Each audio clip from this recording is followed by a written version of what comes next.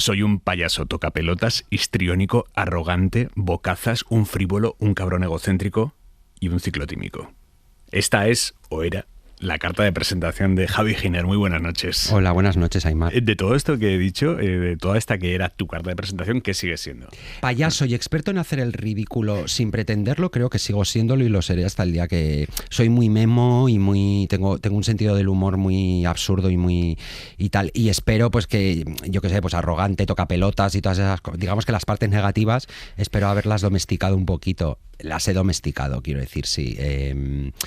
Creo que de todo esto que es la forma que tengo de describirme en el primer capítulo de la serie, digamos que he eliminado o he depurado todo aquello que me hacía daño a mí mismo y a los demás, ¿no? A ver, Javi Giner, para quien no lo tenga ubicado, él es jefe de prensa, responsable de comunicación de pelis y directores de cine, y ha estrenado en Disney Plus la serie Yo Adicto, que es una serie en la que básicamente se abre en canal y cuenta todo su proceso de desintoxicación, como hizo en el libro que se titula igual, Yo Adicto.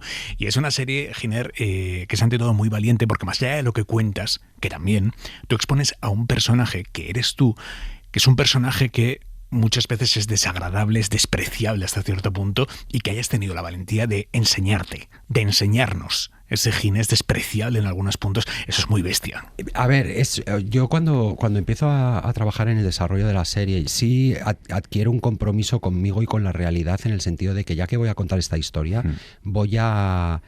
O sea, a mí no me gusta decir que soy valiente. Quiero decir, lo recibo con mucho agrado, pero yo no me siento valiente. Lo que sí sé es que soy radicalmente honesto.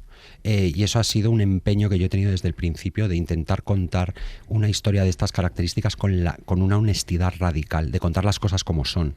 Porque también es lo que me va a permitir, de alguna manera, según tú haces el viaje con ese personaje, desestigmatizar a los enfermos mentales o a los enfermos de adicción, ¿no? Claro, para poder hacer ese viaje yo necesito explicarte qué es lo que es estar enfermo.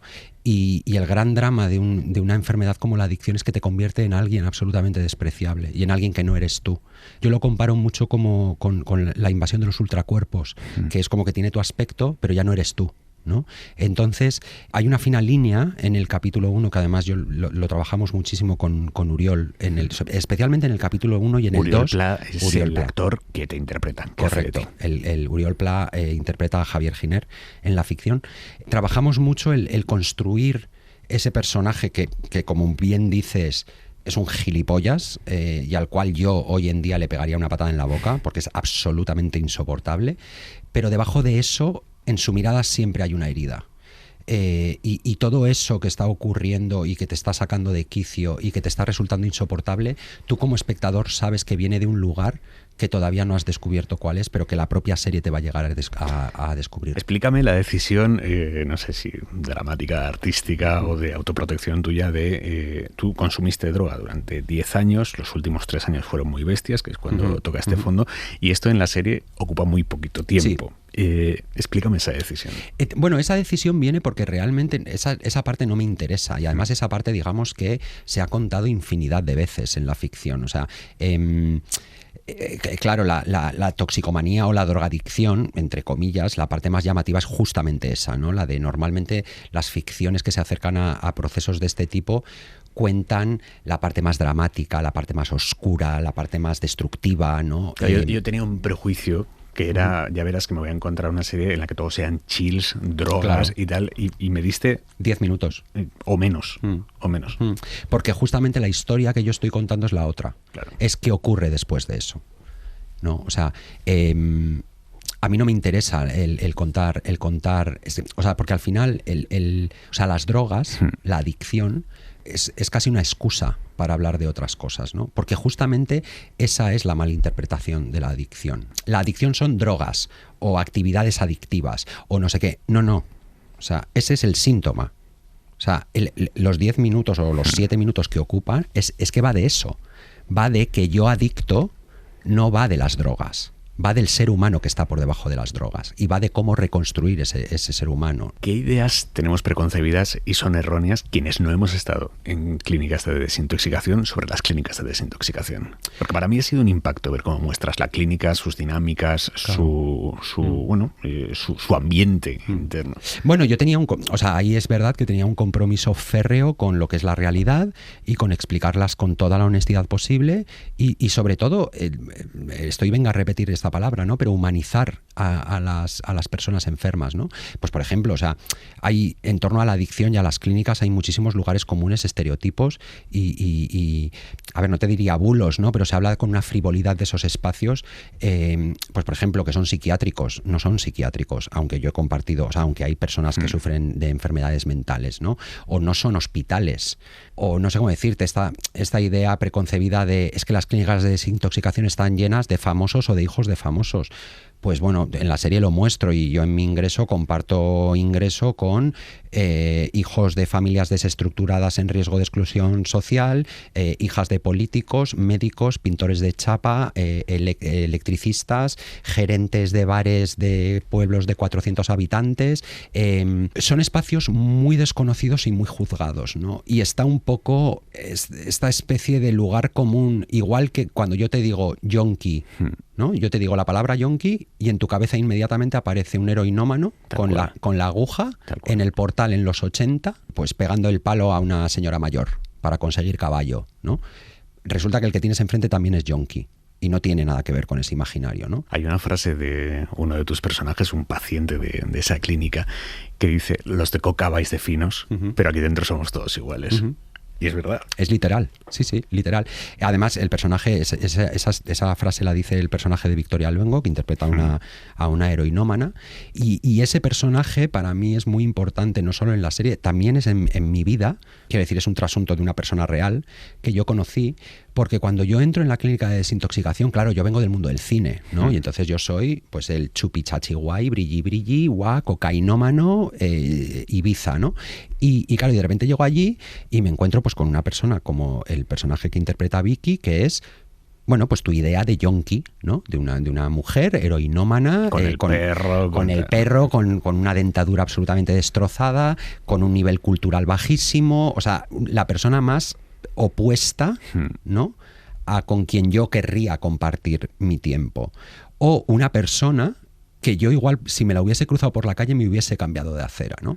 Y de repente yo entro en la clínica siendo Javi el más, ¿sabes? Y como, están todos tarados, yo no soy como ellos y tal. Y recuerdo perfectamente, esto no está en la serie, pero yo recuerdo perfectamente que en una terapia de grupo, en círculo, esa mujer, la mujer real, se pone a hablar de algo que le está ocurriendo y de unos sentimientos que le están pasando en torno a un tema familiar y un tema de pareja, y de repente esa tía está diciendo exactamente lo que me pasa a mí por dentro. O sea, me siento completamente identificado con lo que está diciendo.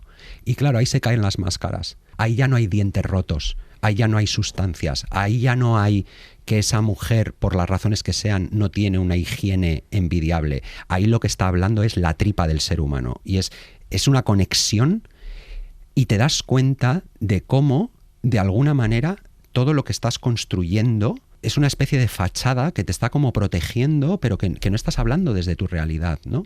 Y el escuchar a una persona de esas características, con la que no compartes nada, que tú te has pasado toda la vida juzgándola, haciéndola de menos, marginándola porque es la yonki, darte cuenta que esa persona pasa por exactamente lo mismo que estás pasando tú, es una de las mayores lecciones de vida y de humildad que yo he podido recibir en mi vida.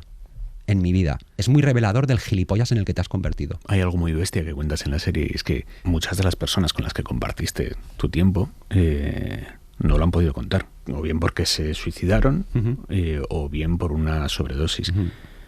Eso entiendo que para ti tiene que ser, o sea, si ya la experiencia en sí de tu propia desintoxicación tuvo que ser muy jodida, el mirar atrás y ver que hubo gente que te acompañó en ese camino y que ya no está, que no consiguieron completar el camino como lo habías completado tú, eso tiene que ser durísimo. Bueno, es muy doloroso, es muy doloroso. Claro, es verdad que durante la desintoxicación en una clínica, y cuando, digamos, entras en el infierno, ¿no? Cuando estás en una clínica se ponen en juego dos absolutos, que son la vida y la muerte. O sea, no hay medias tintas, ¿no? Entonces, terminas aprendiendo a aceptar como parte de la vida también la pérdida. El toxicómano en general tenemos una aversión absoluta a sentir dolor.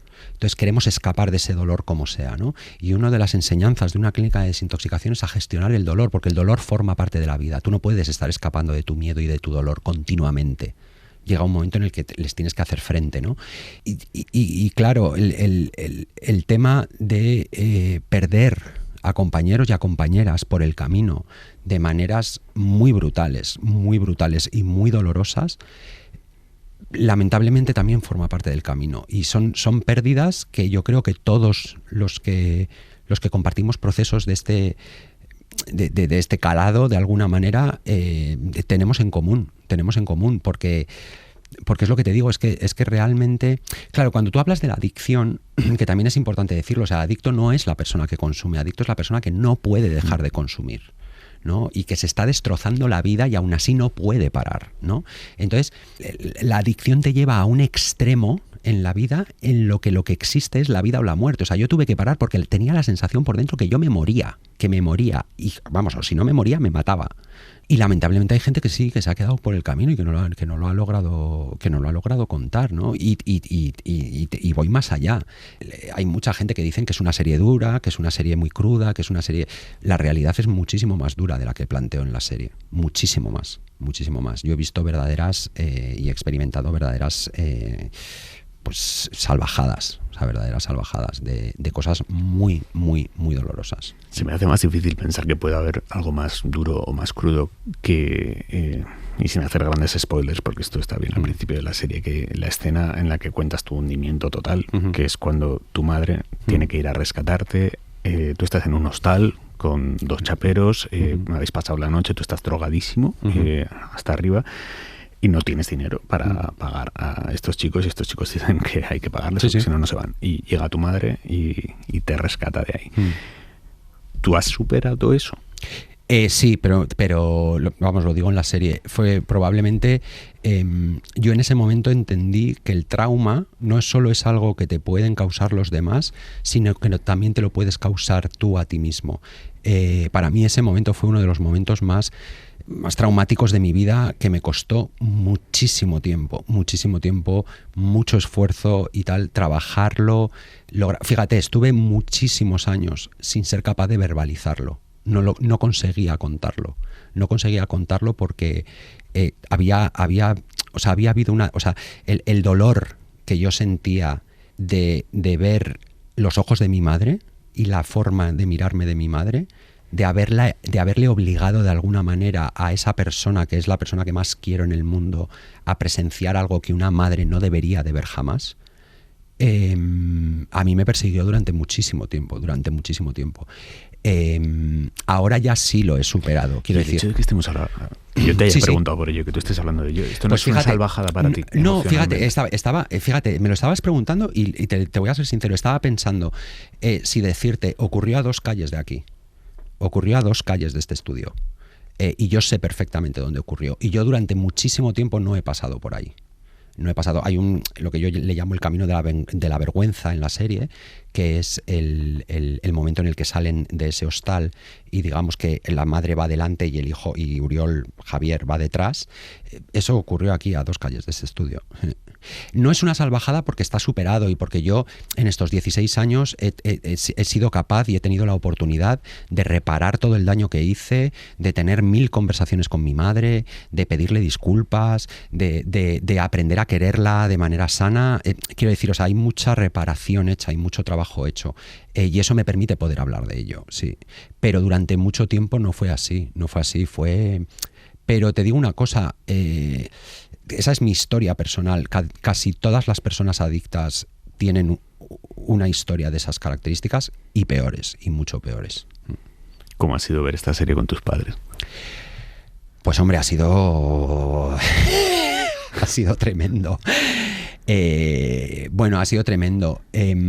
Lo que ocurre es, claro, tú fíjate, mis padres, que son dos personas que temieron que en un momento de su vida su hijo se iba y le perdían. De repente, 16 años más tarde, esa misma persona ha conseguido darle la vuelta a todo eso, transformarlo, o sea, algo que era una ¿cómo se dice? O sea, un ímpetu absolutamente destructivo. De repente he conseguido darle la vuelta y convertirlo en algo totalmente constructivo, y de repente esa misma persona que te desesperaba, que te hacía daño y que tú pensabas que te ibas a ser testigo de su muerte y de su destrucción, de repente está en el Festival de San Sebastián, en sección oficial, presentando esta serie que habla de él, que además está dando entrevistas intentando hablar de la adicción para ayudar a otras personas, que no sé qué, no sé cuántos, y que no me estoy intentando dibujar como un santo, porque no lo soy, ni soy ejemplo de nada, ni soy un gurú, ni nada parecido. Pero es verdad que desde el punto de vista de mis padres, claro, es un orgullo tremendo, es un orgullo tremendo. Pero luego, fíjate, hay una cosa que nunca he contado, te la voy a contar a ti, que es además tú me vas a entender como vasco que eres. Mi hermano, o sea, mis padres y mi hermano están muy orgullosos de la serie y muy orgullosos de mí y de lo que tal. Pero me llamó mi hermano un día y me dijo, he hablado con mamá. Y le digo, ay, ¿qué te dice y tal? Y me dice mi hermano, bueno, le he preguntado qué tal está, que si está orgullosa, que si está viendo en San Sebastián las cosas que dicen, no sé qué, no sé cuántos y tal. Y que mi madre dijo, a ver, sí, estoy contenta, pero yo, la verdad, mientras no se drogue, todo bien. y es una... Hostia, es que es verdad. ¿Sabes lo que te quiero decir? Es que es verdad. Es que al final... Pues sí, pues de eso va, ¿no? O sea, yo creo que más allá de lo doloroso, de alguna manera, que puede ser para ellos el ver la serie representada en pantalla, hay algo mucho más importante que todo eso, y es verme bien, verme contento, verme feliz, verme satisfecho y verme vivo, ¿no? O sea, para ellos yo creo que eso significa todo. ¿Tú en qué momento supiste que tú sí ibas a vivir?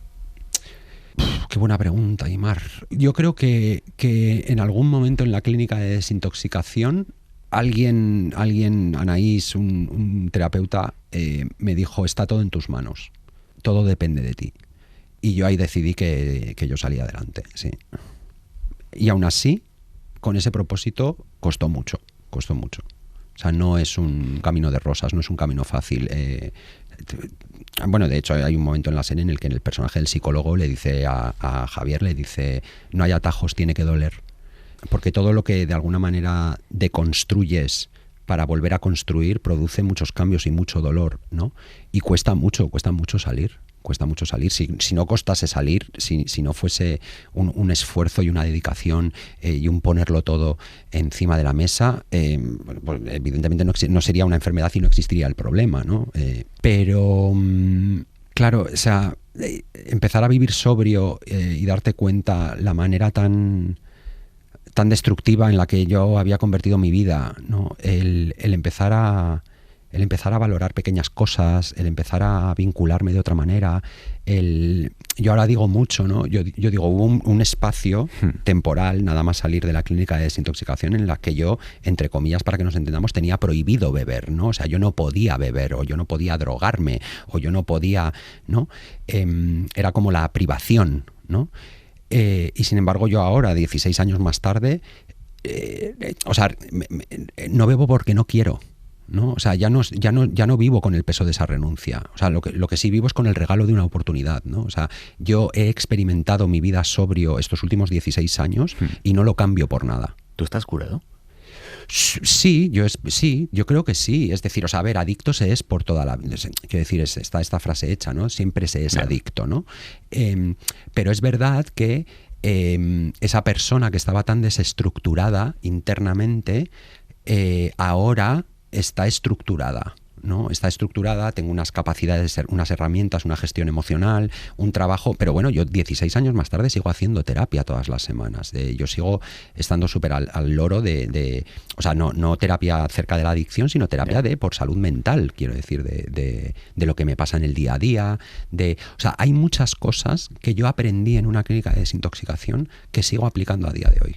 Tú trabajas, los dos trabajamos en un sector en el que se mueve muchísima droga. Sí. Tú ahora cuando ves a un compañero tuyo metiéndose una raya en una fiesta, sí. ¿Tú qué piensas? Pues pienso, pues no pienso nada. No pienso, o sea, no me produce mucho rechazo, y esto es una cosa mía personal, la gente que intenta decirle a otras personas cómo deben vivir su vida. Yo no quiero ser el gurú de nada. No tengo las respuestas. No tengo las respuestas, ni quiero decir, yo tengo mis respuestas. Porque como digo en la serie, ¿no? Es un camino íntimo y personal. Entonces, yo no puedo darte a ti las respuestas. Yo no puedo decirte qué es lo que debes hacer o lo que no. Es que además no quiero y no me atrevo. Porque no, o sea, si alguien te lo debería decir, sería un profesional de ese tema, y yo no lo soy.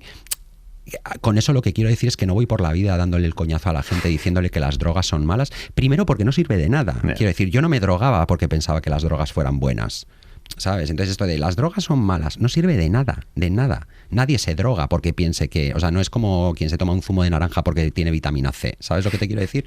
Entonces, yo lo que sí hago es, si hay una persona que es consciente de que tiene un problema, o que necesita hablar, o que le está pasando algo, o que tal, y se acerca a mí, entonces sí que tiene mi tiempo.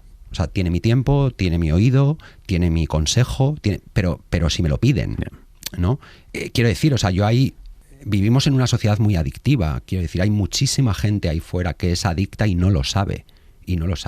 Pero que yo fuese por la vida diciéndole, tú eres adicto, no sirve de nada. No sirve absolutamente de nada, porque lo primero y esencial es tener conciencia de enfermedad. Entonces, hasta que tú no tengas la sensación de que tienes un problema, ahí no hay nada que hacer.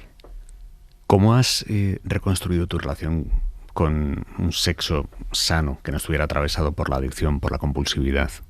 Pues ese es un buen melón de difícil respuesta. Yo he tenido que reaprender cómo follar. ¿Es muy fuerte decirlo así? No. Yo he tenido, claro, por ejemplo, en el caso de las drogas y el alcohol, tú puedes sobrevivir sin drogas y sin alcohol, pero en el caso del sexo, no. Porque el sexo, y además el sexo, o sea, fíjate, yo he tenido que darle la vuelta al concepto, porque para mí el sexo en un momento dado de mi vida, en los momentos más oscuros, se había convertido en una pulsión de autodestrucción, y yo tuve que transformar eso en una pulsión de vida, ¿no? Reaprender lo que es el placer, reaprender de alguna manera qué es lo que quiero y qué es lo que no quiero, qué es lo que me gusta y qué es lo que no me gusta, y sobre todo cómo vincularme con el otro, ¿no? Esta especie de... Por ejemplo, en el primer capítulo de la serie existe el personaje de un becario que nunca existió. Ese personaje es ficción, pero que es una representación de cómo yo me relacionaba con los hombres, ¿no? Que para mí eran, pues básicamente, objetos, ¿no? O sea, yo no veía al otro, eran objetos que estaban como a mi servicio de alguna manera, ¿no? Entonces, pues una cosa muy, muy sencilla es aprender a ver al otro, ¿no? Luego, por ejemplo, es una cosa muy íntima, pero te la cuento. Fíjate, o sea, yo quiero decir, hacía tríos, hacía orgías, por mi casa pasaban, o sea, no sé qué número de personas, de hombres, tal. Yo desde que salí de la clínica de desintoxicación no he vuelto a tener sexo grupal, pero no por un tema... Quiero decir, igual salgo ahora del estudio y conozco una pareja ahí abajo y me voy con los dos a casa, ¿sabes? No, o sea, no es un tema ni moralista, ni puritano, ni nada parecido. O sea, o igual de repente dentro de 10 días, no sé, pues me apetece ir a una orgía, ¿no? Y tal.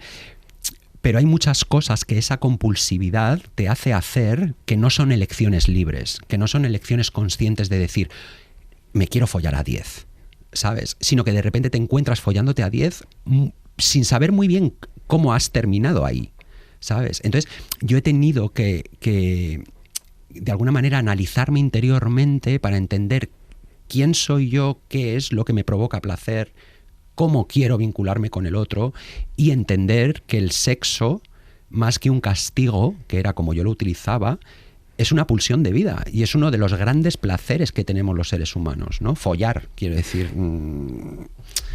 Pero fíjate ¿sabes? O sea, una de las grandes alegrías que tenemos todos, también la capacidad que tenemos las personas de darle la vuelta y convertirlo en una herramienta de castigo. Giner, ¿tú te quieres? A ver, te voy a... Pues depende del día, Aimar. No, quiero decir, yo... A ver, es lo que te decía antes, que yo no soy un majarisi, no soy un... o sea, claro, no, o sea, a mí me gusta decir, a ver, desintoxicarse tampoco te convierte en la persona más inteligente y más te quiero decir, tengo días malos, tengo días buenos, tengo tal. Entonces, déjame responderte a esa pregunta. Me quiero mucho más que antes y me quiero mucho mejor. Eso no quiere decir que todo el rato me quiera, ¿no? Creo que también esta especie de ideal de vivir una felicidad, no, la felicidad, la estabilidad, que quiérete a ti mismo. Pues chico, hay días que no me quiero, ¿qué quieres que? Hay días que me parezco un imbécil, ¿qué quieres que te diga? ¿Sabes? O sea, hay días, y de repente hay días que me veo guapísima en el espejo y digo, pues hoy no nos va del todo mal, ¿sabes? Pero es verdad que lo que ahora sí hago es transito las olas, o sea, las olas sí. Ya no son picos, ¿sabes? Ya no son picos. Yo Adicto, una serie fantástica de Javi Giner en Disney Plus. Giner, mil gracias. Muchísimas gracias, Aimar. Me hace mucha ilusión esta entrevista, de verdad. Un beso. Un beso.